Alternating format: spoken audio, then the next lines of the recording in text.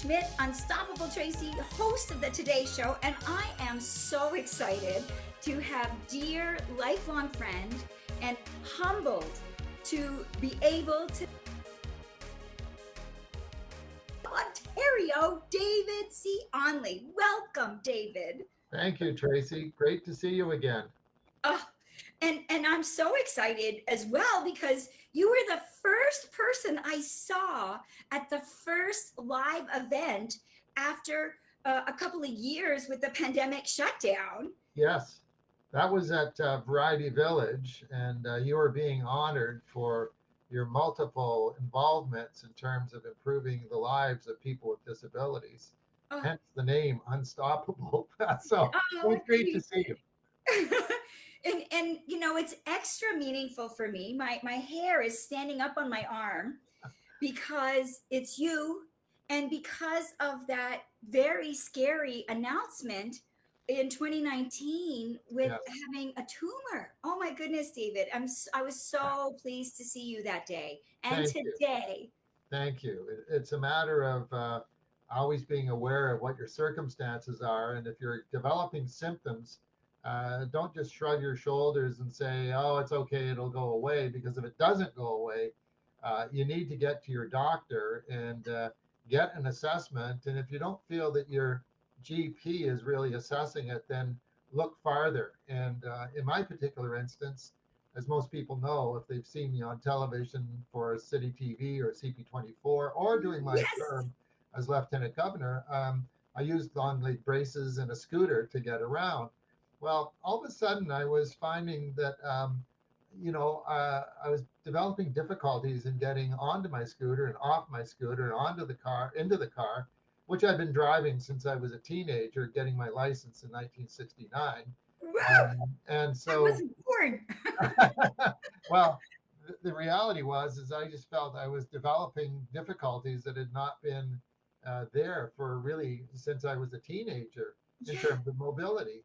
And so I went to my doctor and rattled off the symptoms that I was experiencing. And he said, well, I think you need to get to a neurologist just to be sure. This Yeah. was like the summer of 2019. And now, fortunately, and I say it relatively fortunately, my late mother had passed away, but had this phenomenal neurologist at Sunnybrook, Dr. Sandra Black. And Oh. during my term as Lieutenant Governor, I had the honor of giving her the Order of Ontario. Now, Oh. the thing is that the Order of Ontario, the selection process is not made by the Lieutenant Governor, it's made by a special committee. Okay. And so when he said I needed to get to see a neurologist, the immediate person I thought of was Dr. Black. So, Yeah. long story short, um, we made contact, and my GP did a referral to her, and she began a series of tests. And my symptoms got worse. Mm. My both mobility decreased dramatically. I kept falling.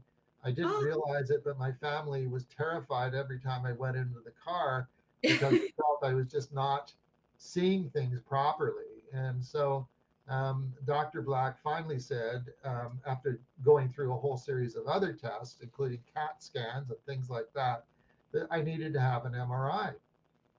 So I'd never had one in my life. And Right. other than being noisy, there's no pain involved.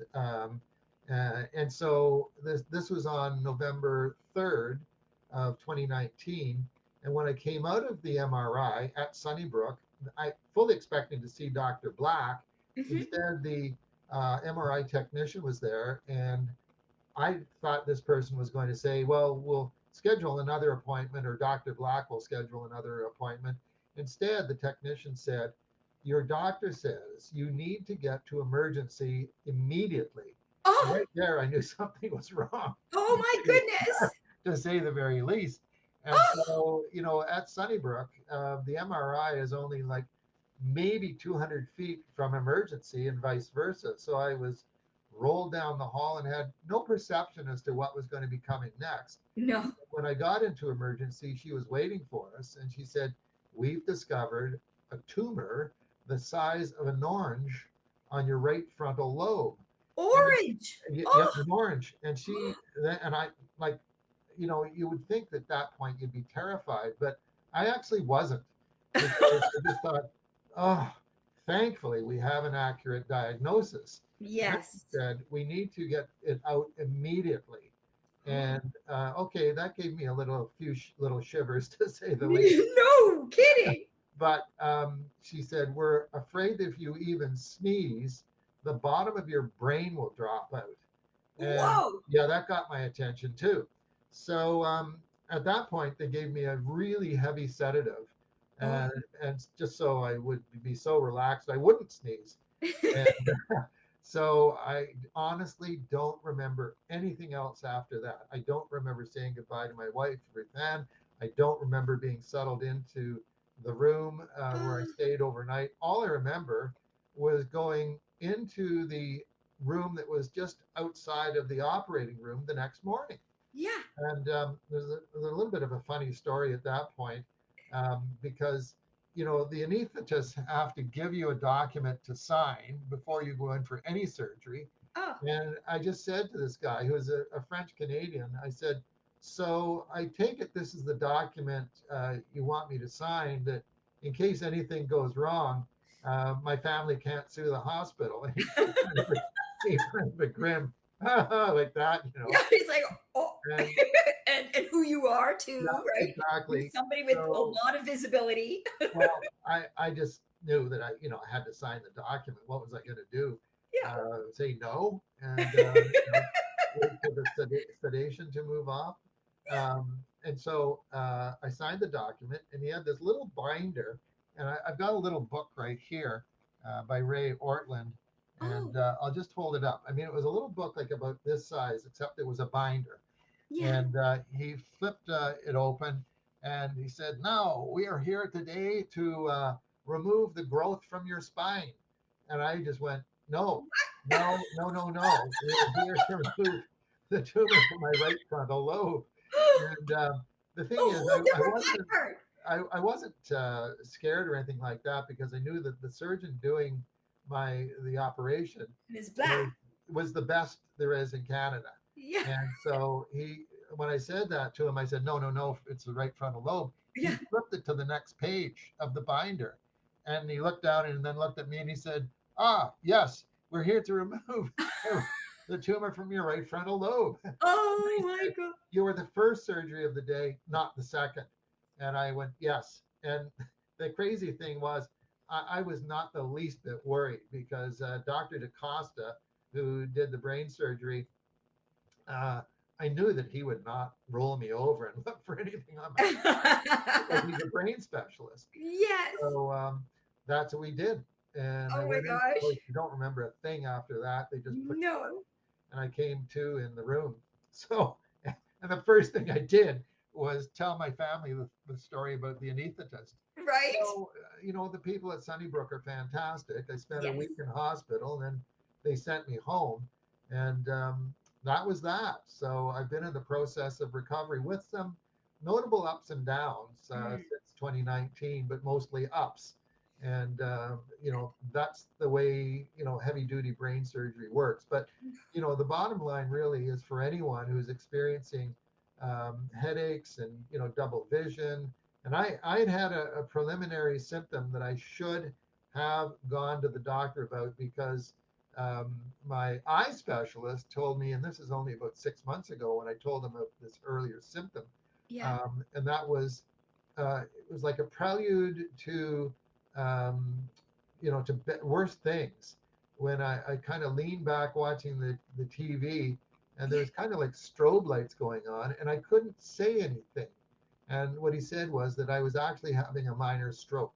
Oh, And yeah, and I should have said something to my family that as soon as and it only lasted like about maybe 15 seconds, if that. so that's And why you discounted it. Yeah. yeah, yeah, exactly. But that was, as they say, dumb. I should have just said, to Ruth, I said, Ruth, I've just gone through this. And so, in any event, that was the most preliminary one. But if you're experiencing, balance problems, if you're experiencing difficulties in terms of anything else, vision, or if you're experiencing any like the strobing lights that I experienced, Get to your doctor. If it's worse than that, get to emergency.